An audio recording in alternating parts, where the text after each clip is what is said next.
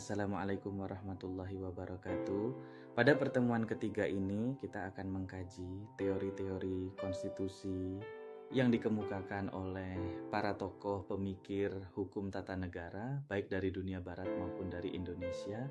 Pemahaman terhadap teori-teori ini sangat penting untuk menganalisis kedudukan dan fungsi konstitusi secara ilmiah.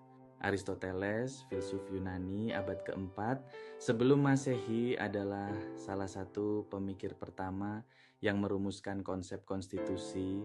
Dalam karyanya Politeia, Aristoteles mendefinisikan konstitusi sebagai pengaturan tentang jabatan-jabatan dalam suatu polis, terutama siapa yang berkuasa dan apa tujuan persekutuan hidup bersama tersebut. Ia membedakan tiga bentuk pemerintahan, monarki, aristokrasi, dan politeia, beserta bentuk penyimpangannya. Baron de Montesquieu melalui karyanya L'Esprit des Lois memperkenalkan teori pemisahan kekuasaan atau trias politika. Ia membagi kekuasaan negara menjadi tiga, kekuasaan legislatif, kekuasaan eksekutif, dan kekuasaan yudikatif. Teori ini menjadi fondasi konstitusionalisme modern dan sangat mempengaruhi penyusunan konstitusi berbagai negara. Setelah Aristoteles dan Montesquieu, kita beralih ke dua tokoh yang sangat berpengaruh dalam teori hukum modern, Avi Dicey dari Inggris dan Hans Kelsen dari Austria. Keduanya memberikan kerangka teoritis yang sangat fundamental.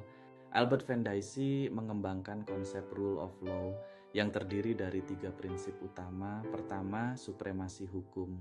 Kedua, equality before the law. Setiap orang sama di hadapan hukum.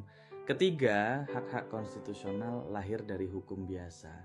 Hans Kelsen, pakar hukum Austria, mengembangkan teori hukum murni. Ia memperkenalkan konsep Grundnorm atau norma dasar.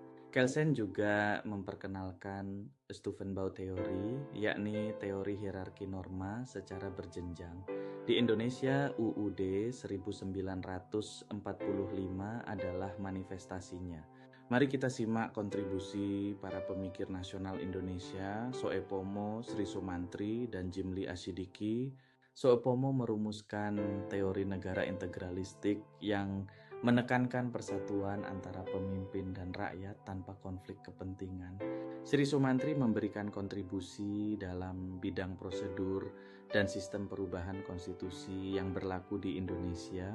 Jimli Asyidiki mengembangkan teori konstitusi kontemporer yang kontekstual dengan praktik demokrasi pasca reformasi. Dari ketujuh tokoh ini, setiap teori mencerminkan konteks sosial, politik, dan filosofis zamannya masing-masing. Inilah kekayaan intelektual hukum konstitusi yang harus kita kuasai sebagai mahasiswa hukum tata negara.